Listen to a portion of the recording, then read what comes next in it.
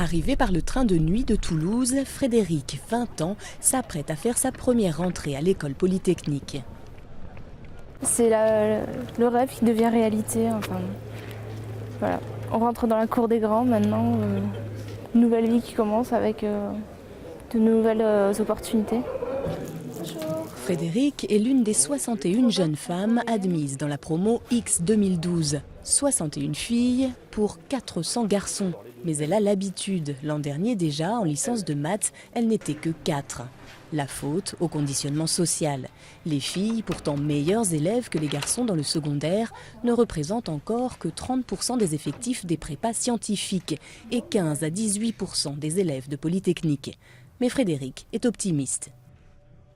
Je présume que les filles qui sortiront, qui seront de ma génération, auront beaucoup plus de facilité à rentrer dans le domaine scientifique.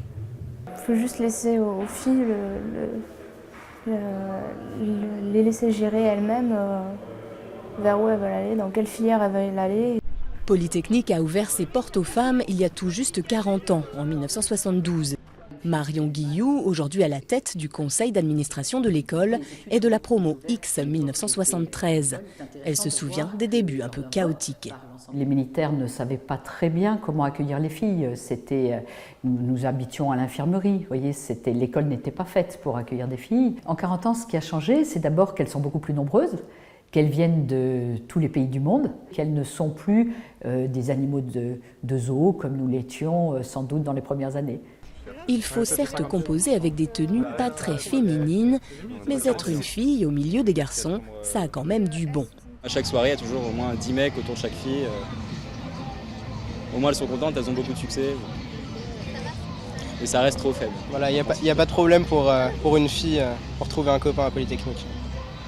En général, il y a pas mal de volontaires. Comme Anne Chopinet ou Nathalie Kosciusko-Morizet avant elle, Frédéric sera ingénieure dans 3 ans. Elle ne sait pas encore ce qu'elle fera de son prestigieux diplôme, mais selon les statistiques de l'école, seul un polytechnicien sur 100 se retrouve au chômage.